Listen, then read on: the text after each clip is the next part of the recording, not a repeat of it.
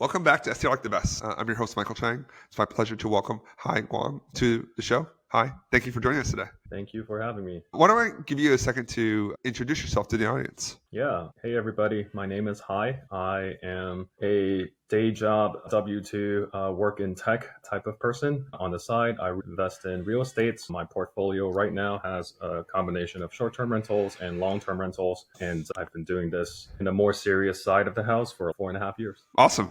So you're not a newbie, but you've survived the initial wave of real estate investing. I always feel like it's either you did it for 2 years or you did it for 20 years, right?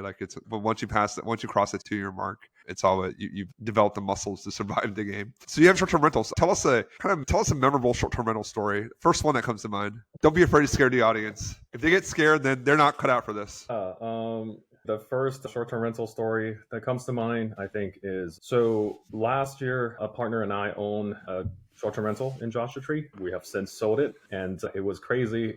The moment that we listed on market, we were still hosting, and then we had a guest that basically called us at 2 a.m. in the morning saying, "Hey, we don't feel safe here. We smell gas. What can we do?" And we're like, "How is that possible?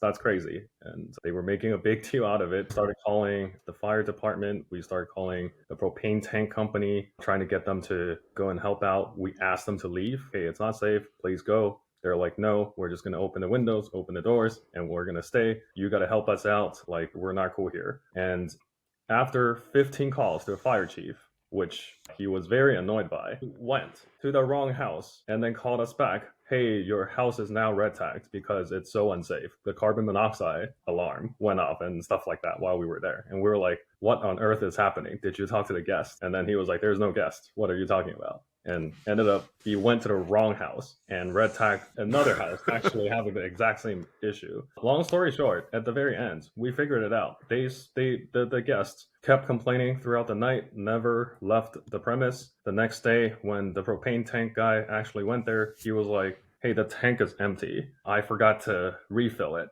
because I did not realize it was not normal to have used up the entire tank of propane in less than the duration of the winter time." Yeah. So absolutely unexpected. At the end, it was a nothing burger, but it was very stressful for sure. So if the propane tank was empty, how did they? So apparently, this is how I come to learn about it. When a propane tank, so for those who are connected to city gas and stuff like that, you don't never have this problem. It's on demand, unlimited. But if you're on a big propane tank, in the more rural areas, from time to time, you have to fill it up. And if it's low or if it goes almost empty, it will release the smell of gas inside when you try to use it to just alert you to check on it. That was the whole thing. And yeah, they made a big deal out of it. Rightfully, both sides are. So it was legit though. They really did smell something.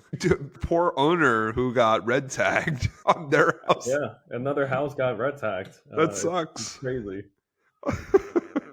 Sucks for that person. Hopefully, I guess if they had the carbon monoxide issue, then good for them to take care of it. But tell us about portfolio. You have a combo of short and long-term rentals. Yes. Let's see. So I currently live, I've always been in the Bay Area, San Francisco Bay Area, and I started in the Bay Area as well. Huh. How I got started was actually 10 years ago as the typical Asian parents mentality of, "Hey, you got to own a house." And so I was like, okay, let me try to save as much as possible for a down payment and just buy something. This was 10 years ago. Still to this day, the best investment of anything. And that's how I got started. Hey, you got to buy something, tenants paid down, and in 30 years I would have a house free and clear. That's the whole mentality at the very beginning. And from that on, you can imagine that becomes things appreciated. That became a piggy bank for cash out refis and HELOCs and whatever else that serves as capital for the future houses. Starting from that, and then every few years try to buy something. And so a few long-term rentals in the Bay Area, and then pivoted out of state when I got interested in more seriously looking into real estate as a business. Started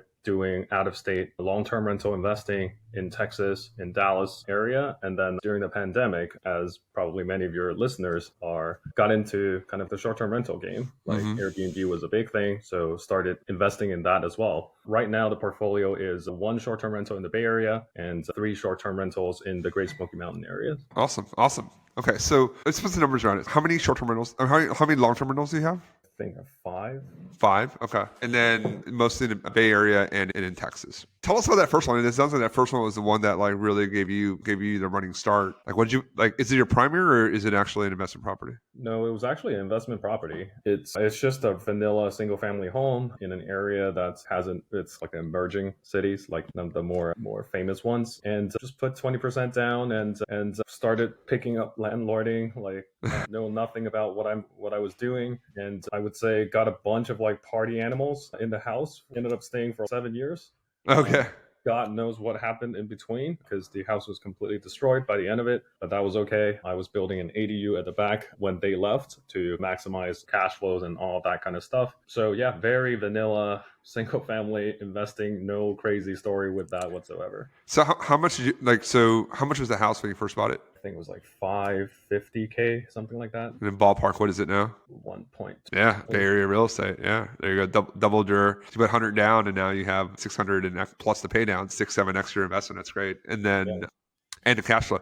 And you build the ADU. How much does it cost to build that ADU? Yeah, ADU was, I think, all in. Absolutely every dollar, every cent, all in was 220. I think 220. it's like an attached ADU. I built a 2-bedroom at the back of it, and now it's a cash flow beast. Yeah, you can't. Can you sell that separately, or is it deeded separately? It's part of the house, right? Okay, but then like it's a separate cash. Like that thing, you put 220. Like, what's the monthly rent on that? Yeah, that's crazy.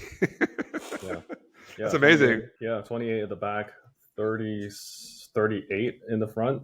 So you hit the 1% rule on the 1% rule on the ADU. 28, put 220 down, and then 2,800 in rent, 2,800 in rent, and then obviously the front end, your basis is so low, and it enabled. So let's talk about that. It enabled. You're obviously still working, but it enabled that equity appreciation. Enabled you to expand your long-term rental portfolio. Maybe you can just hit on that real quick. I don't talk about that much here, but maybe just walk us through that because I'm interested in the journey of you made a great investment, right? You 7 extra equity, you built the AD, so you got a lot of cash flow and equity tied up there. What was the thought process to be like, okay, like I want to do more here, and then Texas, and then we'll talk about what you did in the Smokies. So back in 2019, I hit a point of probably a lot of people did at some point of, hey, what am I doing? Spending all my time working at W2. Like I want to do my own thing. Want to break out of the 9 to 5. Don't get me wrong. I'm very blessed to be in the profession that I'm at. Tech pays really well. And in the grand scheme of things, like I'm not doing like hard labor or anything like that. So it's not physically challenging from any sort of perspective. Like that lens is still, it's never lost on me, but it's still at a point where I'm like, hey, feels like I'm just a hamster on a wheel, like just treading going nowhere kind of thing. So the whole thing back in 2019 was that, hey, I already have some experience, landlording in long-term rental real estates. And it seems to be, one of those things where if I buy early, it's almost guaranteed. You can't go wrong with it. You can, but like time is very forgiving. Time is very forgiving. Yeah, Yep. Real estate is very forgiving in general. So it's, hey, I already have some knowledge here. Let me see if I can expand a little bit more. So that's when I first started getting into the whole, hey, out of state investing, a lot cheaper. Was it like bigger pockets, or? It was pretty big influence, I would say. And I read David Green's book, like the long distance real estate investment thing. Oh yeah, it's the whole blueprint is here. So let me try it out. So yeah, and then I do data on as a day job. I'm pretty interested in crunching data and crunching numbers and stuff. So came up with a list of 10 markets that I would be interested in investing. Did not know any of them. And then I think I randomly picked Dallas. Like I had some criteria for filterings and ranking and things like that. But like ultimately at the end, you just got to pick something. So I'm just going to pick something. And so Dallas, Texas was the thing. Did you replicate the strategy? Just go buy more single family homes and then do the ADU, or just buy single family homes? What was your metric? Maybe just talk a little bit about, I don't want you to share your secret sauce or anything, but just what did that list look like of good markets to invest in? Because ultimately I'm sure that transferred into how you pick the Smokies as well for your short term. Yeah, so it's very simple. It's some, now I don't remember the detail anymore, but like some historical performance in job growth, population growth, employment growth, like things like that, very generic things. And then what I was looking for was, what do you call that? Like a cash on cash return of over 6% in a highly probable appreciating market. That's literally if I were to summarize it, that's my investment thesis. Got it. Okay, so basically something just help you carry, like basically just carrying the mortgage and then let appreciation do its thing, or inflation and although sometimes you could say they're the same thing. Yeah, let it do its thing. Okay, cool, awesome. And then so let's maybe transition. So you had how many long-term rentals before you went to the Smokies? 5, yeah. 5. Okay, so 5 long-term rentals. Okay, decent portfolio. 6. Yeah, 6. 6. There's like a duplex in there. Okay, so 6 rentals. Some out of state, some in your backyard. And then obviously the pandemic happened. Were you worried about your long-term rentals at the onset of the pandemic? I was worried about them in the Bay Area, actually, because rent was dropping like crazy during pandemic because everybody flowed out of California in general. That was actually the catalyst for short-term rental because I couldn't rent out one of my units, which before pandemic was like highly desirable. During pandemic, nobody was renting. Where was this in the city? Oh wow, yeah, no, that's crazy. That would be actually very concerning if you can't get a house in San Mateo. Yeah. It was 30% lower than my previous lease and like still no bites. And then I was like, I'm not managing this thing for like 30% less revenue. Like it's just not worth it because it's not covering anything, period. Even before it was barely covering just just PI, not even TI. Oh wow. And so that was actually that's really not interesting. That was actually the first foray into short-term rental for me. I was like, hey, I heard about this Airbnb thing. Let me see if I can maybe get some practice in this with this unit since it's vacant and I can't rent it out anyway. Yeah, turned that into a short-term rental. And surprisingly, it did really well. And so that's like the trigger for, hey, maybe I should do more. Yeah. Okay. Why not do more in San Mateo? Why not? And San Mateo, for folks, it's a city in Silicon Valley. It's like in south of San Francisco. It's by the airport. It's a nice area where a lot of tech workers would find it a very desirable place to live, which is why I was like so surprised that would be hard to rent because that usually is very easy. It's literally a layup. But yeah, why not just why not just buy another house in San Mateo or rent a house in San Mateo and use the rental arbitrage strategy, especially when rents are so low? Yeah. So my whole thesis in real estate, if I were to go back to the original, like why I even got started in the first place, was I'm still attached to this thing of, hey, after 30 years, I own this house free and clear, like tenants paid it off and things like that. So I actually own it. So ownership is like maybe like the number one principle for why I'm even, doing this. Secondly, it's just way too expensive. Like rental prices dropped like a rock during the pandemic. Housing prices did not move at all. In fact, like it shot way up after like the initial lockdown. It was just cost prohibitive. It didn't make any sense. Okay, got it. But your basis was low enough before that the math worked itself out for that one. So I actually house hacked. So I lived in like half of it and then I always rented out the other half. And so that's like how that whole thing worked. And then the whole short-term rental thing is just more like a necessity. Oh, I gotcha. Like, how can I make it performing in this environment? And short-term rental became like an option, basically. I want to ask, because you're house hacking with STRs, are you married? Do you have kids? No, I don't. Oh, okay. More free from that perspective. Yeah. If you have a partner or spouse, it's always like an interesting conversation. I've talked to people about that. They're like, I would do it, but my partner is not going to be super excited about that. I mean, obviously it depends on, with duplex is a lot easier. It's like a completely separate entrance and everything. But I think sharing walls with STR is, some may not find it super in your primary home, and I find it super interesting. After we've dabbled in a lot of these like house hacks and things like that, my partner and I were actually pretty aligned in that we can actually make, hopefully we can, like any sort of primary homes to also be house hackable, meaning like, hey, we have the sense of how to design, for example, like ADUs, right? Like we built an ADU.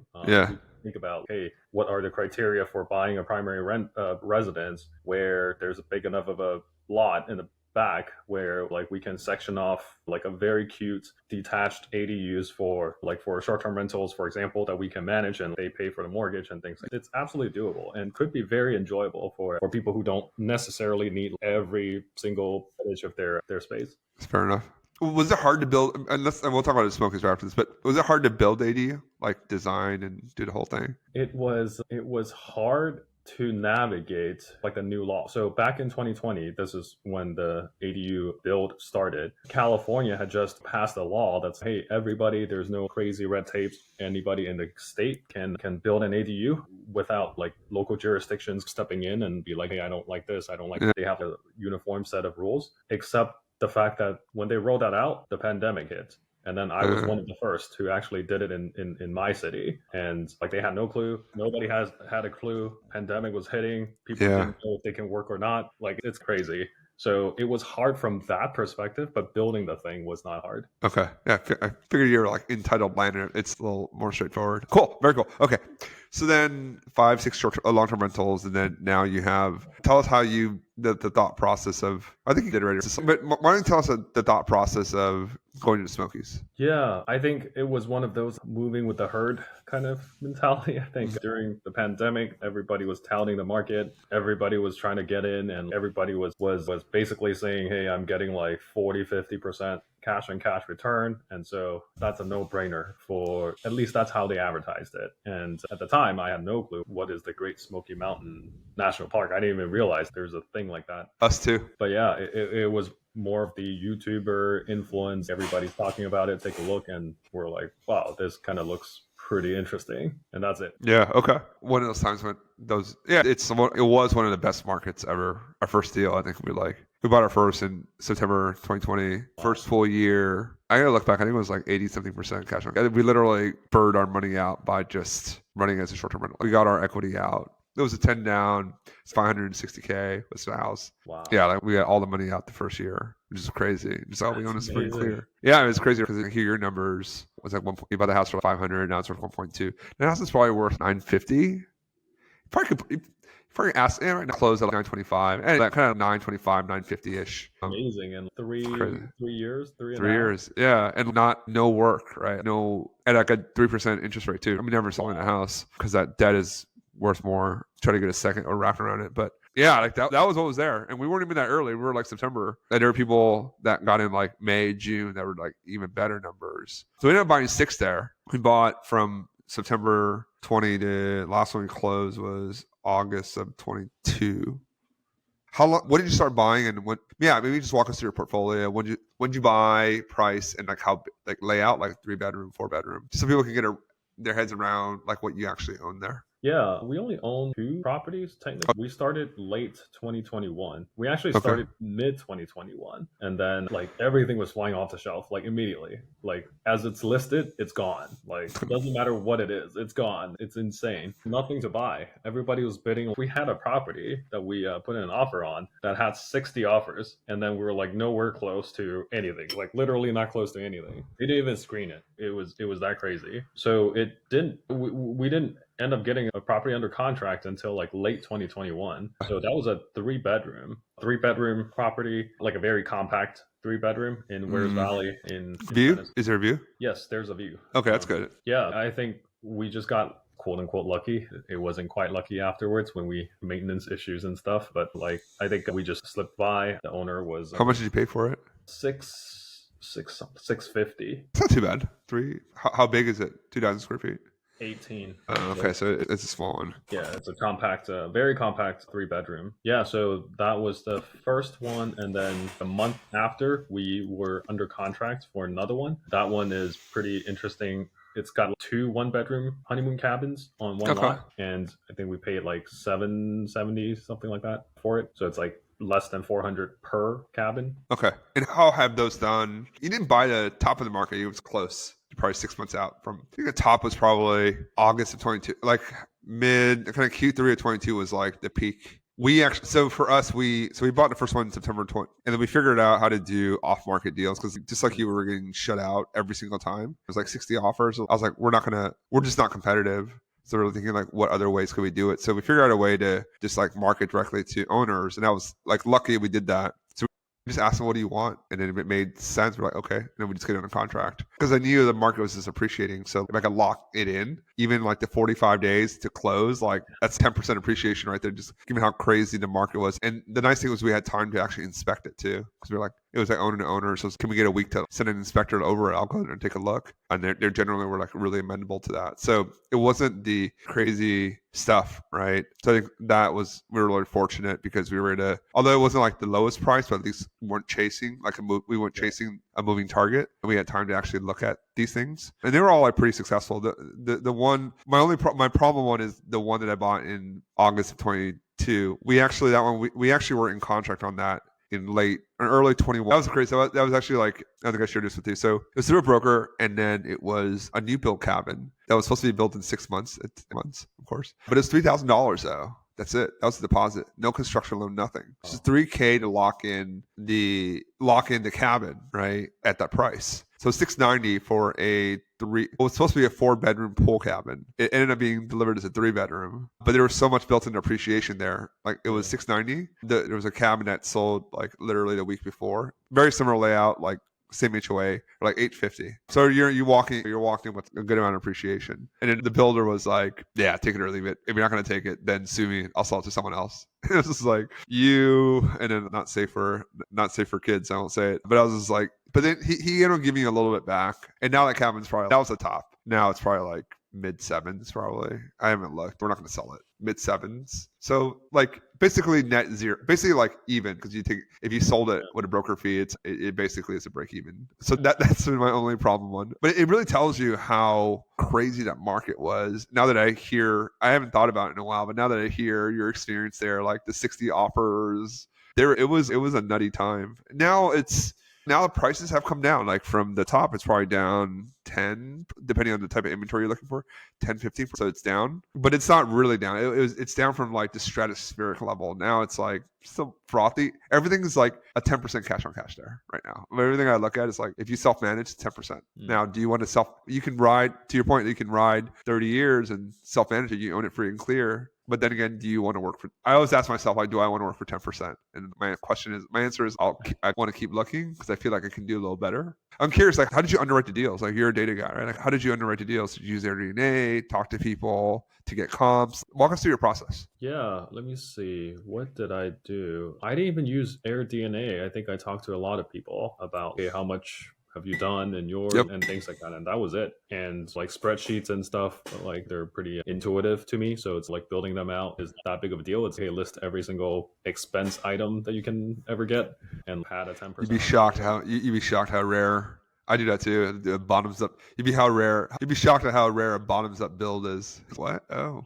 Do I just put a percentage? No, you don't. Yeah, no, I get it. I like, it's not everyone has the same affinity to numbers. Some people just literally, when they see it, they were like, hey, I'm out. Like it doesn't speak to me. Fair. That kind of stuff. I think underwriting might be a barrier for a lot of people. It certainly is not for me, and it doesn't sound like it was for you, probably because of our backgrounds and our previous stuff, I imagine. Yeah, but again, that wasn't too bad of a process. And then like so do you think it was a little bit of FOMO when you got in? It was like, I just got to get in, or as you look back now, did it set aside the intellectual rigor that you sound like you would aspire to?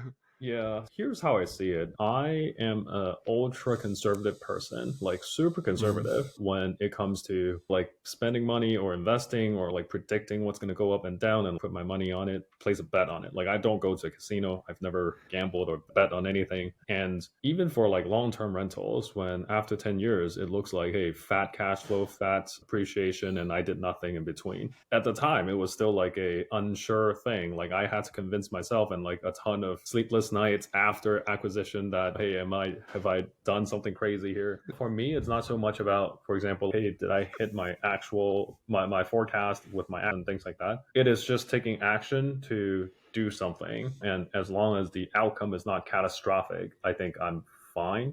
It's more of a problem solving phase once that's done. But for myself, getting to do something, like getting to pull a trigger on a property, even after 10 previous acquisitions, I'm still not the most, okay, yeah, I'll just sign my name here tomorrow. So yeah. I think like FOMO actually played a good part in me getting more comfortable with that in myself, and I value that a lot more than I would say, hey, was it 19%, was it 20% cash and cash? That's an excellent way to frame it. And thank you for sharing that. I think it's hard to talk about that because I think a lot of people go do that. I'm similarly very conservative with money. We didn't grow up with a ton of money, and it was really nerve-wracking to sign the mortgage papers on the first one that we bought, even though like I made good money, and it was never going to be that catastrophic too. Because I think and then you realize like it's never, unless you really screwed up, it's not a zero. Right, you might lose like 5-10%. You might lose a little bit, but like real estate, if you bought in like a reasonable area, it's not going to be zero. That's the first thing. It's not going to just like just doing something, because you could bang your head against a wall in spreadsheets like for a year and not do anything, because ultimately it's just numbers. You're never going to hit your projections. If you do, like, you should be doing something else, because like you're that good. You shouldn't be like buying $1 million rentals. You should be buying you should be like really double down on that skill set. But I think that's the biggest thing, where most people really never get off zero and they never do anything, and then they just invest in like a random syndication because it's easier, and there's my capital risk is like 50K or something like that, and those are the worst, because you don't know the GP, you don't know the person putting it together, you're just FOMO with someone else. I've seen so many people lose money on bad syndications, and I've seen people lose money actually on real estate, like buying real estate. I think the reason why is like the bar is so much higher. Like, you really got to get comfortable signing that mortgage paper, versus a syndication. Hi made money on this. Oh, he's a smart guy. And he has the next one. Hey, can I get in? I'll just put in 50K. If I lose it, no big deal. But the 50K really adds up. All those things, that 50K is like a $500,000 house if you put 10% down. 100K is like $1 million house. I think people don't actually realize that. They take I'll just lose this a little bit and then it's fine, versus actually, why don't I just like actually take action and like really do the work? Because I feel like you're like, that bar so much higher. Like, you probably aren't going to lose money on that. Like, you're going to, like, to your point, problem solve. Okay. Like, you're like, say your Salmon Tail house. All right, this sucks. It's not covering my P, 30% down. What do I do here? If it's a syndicator, they'll just be like, sorry guys, we made a mistake here, and here's your K1 and here's your tax loss. But for you, it's like, all right, what do we do here? All right, this short-term rental thing. All right, let's go IKEA and buy some furniture and let's figure this out. And then you save that investment. It's doing well. I don't know. I've heard so many of these stories like that. It really resonated with me. Your fight to get it right. Yeah, exactly. I think that's a very underrated mentality, actually. A lot of people are, for example, hey, I want to get into real estate. So I want to actually do something in that space, especially like a lot of my like tech colleagues. They want to break out. They're probably looking for financial independence, or at least some sort of like passive income streams. Maybe not even passive. They don't mind doing a little bit more work if it means their wealth building kind of multiplies. But then the analysis paralysis is always, hey, how do I get started? I have all the tools to get started, but I can't because X, Y, and Z. If you just walk into something, hey, if you underwrite something, if you've done your homework and it looks fine, remotely fine, just walk into it. And when your back is against a wall in the worst case scenario, actually that's a perfect learning experience, may be painful. And so if pain tolerance is not a thing, not that person's thing, then they should probably walk away. But if any people are excited by, hey, if my back is against the wall and I have to figure things out, that's actually a pretty exciting time to learn a whole bunch of new skills in very short amount of time, that especially perhaps like a W-2 worker doesn't actually get the chance to do those. And I always tell people, it's, hey, if you walk into something, there's a bunch of resources out there that can help you. Like, if you want to do real estate, I can help you. It just is that one last hurdle of whether you want to jump in or not. Yeah. People exactly. The resources are out there, and if you have, even a slight kind of ability to problem solve and feel a little bit of pain and not just crumble and just and like a little bit of resiliency, feel like it's not that this isn't that hard either. Yeah, there's stuff to learn and everything, but long-term landlording is like pretty easy, to be fair, if you can just make sure your tenant has a job. Like, I managed some long-term rentals for my father-in-law, and like, they have a job, like they legit have a job, you're gonna be okay generally. The problem is like letting people that don't have a job. It's, my cousin's paying it, my uncle's paying it. And in short-term rentals too, there's so many resources out there. You might not be like the A+ player in the beginning, but like if you work at it, like you'll get there. Like there's a lot of resources out there, and a lot of communities. Like Hi and I, we're in a Slack group that I was invited to from another guy that I met at a conference 2 years ago. No, sorry, a year ago.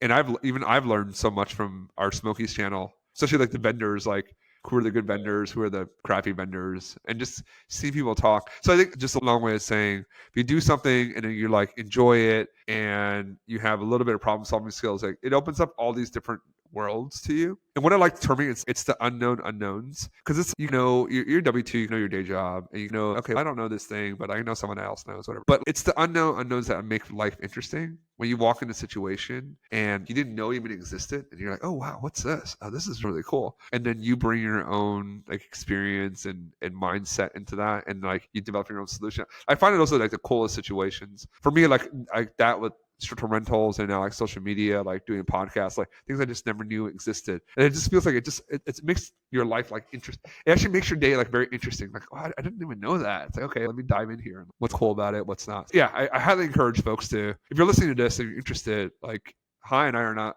anyone special. Like we just took action and not figure it out, but like just problem solved and waiting for the next problem to solve, and we'll, you just kind of figure it out. Yeah, learning is definitely, at least for myself, learning is what kind of makes life interesting, I would Right. say. Just keep learning new things. Part of the reason why I even got into real estate in the beginning was like, hey, like W2 there's not much learning. Like I've worked, with four different companies, basically doing the same thing over and over again. And like I already know what the end is. And it's just, okay, I just have to redo this whole thing at a different company, hoping they would take off. But at the end of the day, it's especially for the ones who are still like W2, doing a day job kind of stuff and feeling stuck. It's doing real estate for me has actually had the reverse effect of making interesting again, because of all the problem solving skills that you have to figure out. For example, so I just type in front of a computer, right? Like to my mom, that's all I do. I type in front of a computer. But in short-term rental management, you have to deal with guests, you have to deal with cleaners, you have to deal with handyman, you have to deal with a whole bunch of like repairs, maintenance,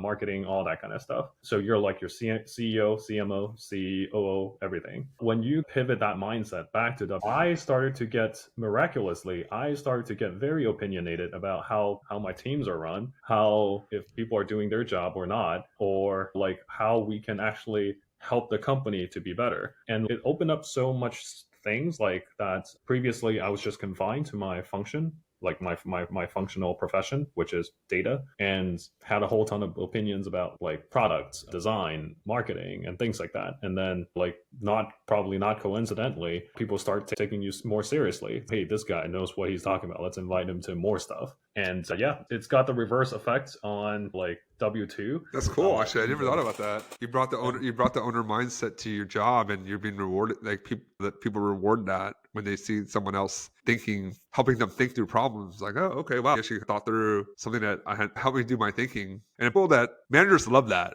when they have someone that works on their team that helps them think, problem solve. It's, oh man, I love you. Yeah, That's great. I love it. And for those who manage a team, like there's a lot of parallels as well that you can draw from managing employees, cleaners, and stuff. Like how do you make sure everybody is aligned and stuff like that.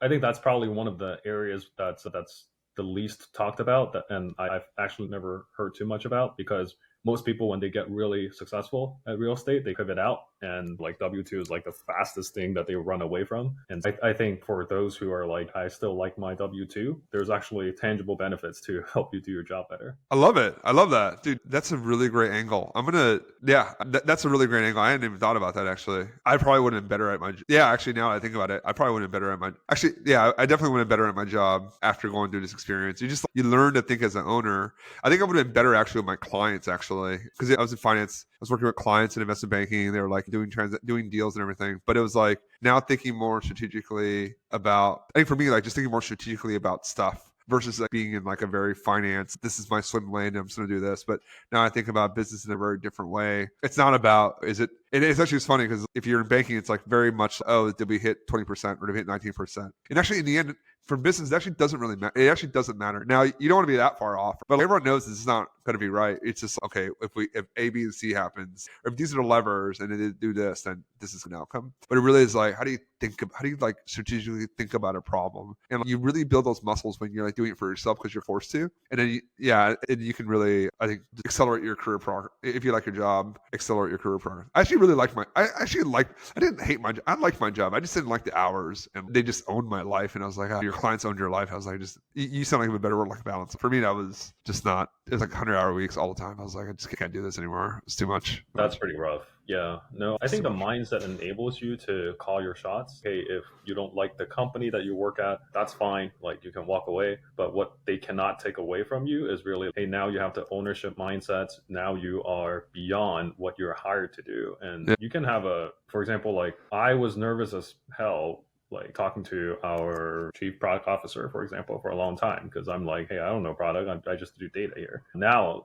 not now because of all the changes and stuff but now going into any company, I don't care what their pedigree is. I don't care if they founded like billion-dollar companies and stuff. I can have a true conversation. It's, hey, how do you, because like in the whole short-term rental space, right? You own 6 and you have many arbitrage properties and stuff. Your net worth is tens and hundreds of mine, for example. And like, I should be nervous talking to you, but I don't, because we're just like we're just exchanging ideas and stuff. And I think, at least for myself, previously, that was a huge barrier to have a normal conversation with the higher ups or with the people with decision making power, because I'm always afraid that I don't know their stuff enough, or I don't know the business enough or the stuff enough. Now that, quote unquote, I own a business, it's just that. It's, hey, as long as you're curious, as long as you have a little bit more inquisitive problem solving mindset, like everything is just normal. It's just normal. Yeah, no, that's, yeah, exactly. That's, it's funny. I used to be like very shy too, especially like when I first got my job, like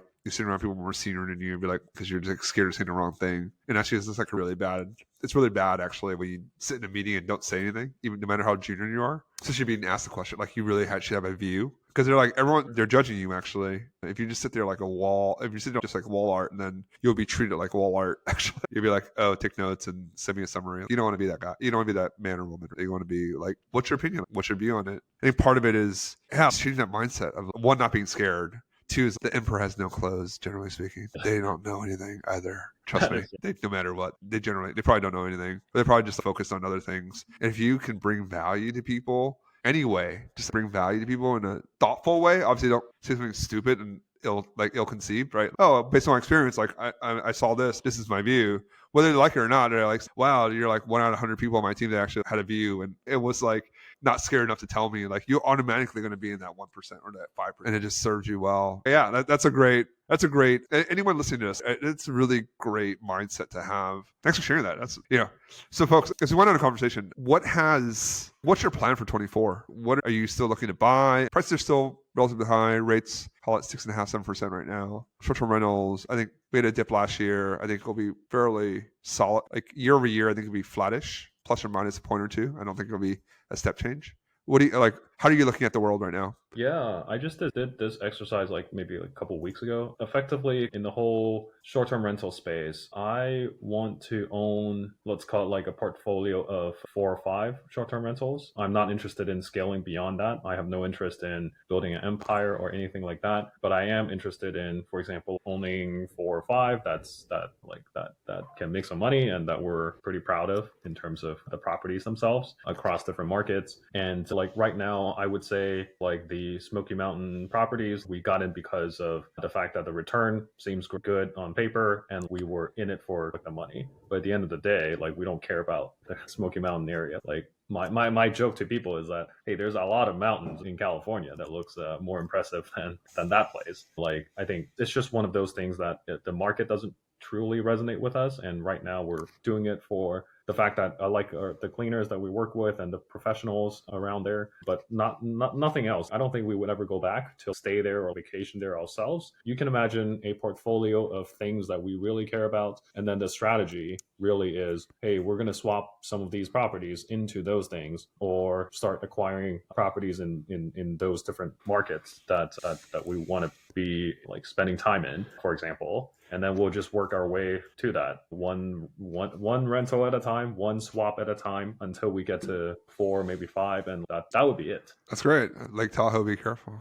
Yeah, we're not. Yeah, we're okay from that perspective. No, that's great. No, I think that's good to point out. Like there are other considerations besides cash on cash, like something that you'd be proud of, something that you can show your family, friends. There is a social aspect to real estate too, right? Like when someone walks into when you go on vacation and you can invite someone to your second home that you're very proud of, location that you're very proud of. There's a lot of benefits to that too, especially when you're working, especially when you're still. That matters, right? Like how you're perceived at work, what you own, how people perceive you, how successful they perceive you, your business acumen, all that stuff. All that matters. So there's definitely other considerations besides cash on cash, especially when you're not like a full-time short-term rental investors. Me personally, like I'm a full-time STR investor. So like those are important. Cash on cash is still paramount. Cash on cash, and when we buy appreciation, those are paramount. Yeah, that's your business. So yeah, there you go. You're doing what's needed, or I guess what you signed up to do. Exactly. What are you optimizing for? I always That's always my default like question to myself. What am I optimizing for here? Because you can do things in like a bunch of different ways, but like fundamentally, what's the key problem you're trying to solve here? And then I think that drives like the execution plan of what you want to do. So my traditional closing question I always ask everyone is, business is a team sport, and we wouldn't be where we are without others helping us along the way. What's one of the kindest things that someone's done for you to get you to where you are today in your real estate investing career? Yeah, it's so I had a business partner like initially. I didn't bring her up in this whole show. We actually partner on the guest story at the very beginning, the Joshua Tree property. She was the one that got me into real estate. Sorry, short-term rentals, actually. She was the one that's, hey, you can't rent your house out. Why don't you think about short-term rentals? Like, I built an ADU and I did a short-term rental with it. She helped me design the thing, and like lots of like gratitude to her for kind of just showing me the path. She was new herself to short-term rentals, but I think together we were pushing each other to be like, hey, you want to really go into this space? You're really good at design. And then she was like, you're really good at numbers. You're really good at operations. Want to partner up? And so I think now we all have our own portfolios and stuff. But without her, I don't think I would have started in this space. Well, shout out to her. You should share the episode when this comes out. You should share the episode with her. I think it's always nice to hear you talked about and a person talked about in a certain way. And I think just to pull one point from that powerful story is having a partner with you. Whether it doesn't have to be your spouse or partner, or life partner, but just like someone, a family member, someone you meet on Bigger Pockets, just having a community around you that is doing something similar. And I think it really, one, you don't feel like you're alone. Entrepreneurship can be lonely, that you have someone that you can talk to that understands your problems. If you talk to someone that is just a good listener, it's great to have someone to like offload to, but if they don't really understand what you're going through, like it's helpful, but it might be cathartic, but it's not like super helpful because they can't give you any feedback. I think it's really helpful to find people around you, find a community around you, whether it's Facebook, Bigger Pockets, whatever community that you can find that can help you along the journey, because that accountability is really going to get you, help push you along, and seeing other people successful, not FOMO, but just knowing that, like, hey, hi, it's just like me. We have the same job, same situation. Like he can do it, like I can do it. And I think a lot of it's just like believing in yourself and having someone to believe in you and to help people get off zero and do something. Thank you for sharing your story today. I really appreciate it. If folks want to reach out to you, someone wants to reach out to you, what's the best way to reach you? Yeah, they can find me on Instagram. It's just my name, Hai Guan, Haiguan. And yeah, I'll be there. Perfect. I'll put it in the show notes. Hai's Instagram handle, so definitely follow him and send him a DM. I'm sure he'll be happy to make some new connections around the Bay Area, other investors. Hai, thank you very much for joining. Really appreciate you sharing the story. Yeah, no, thank you so much for having me on.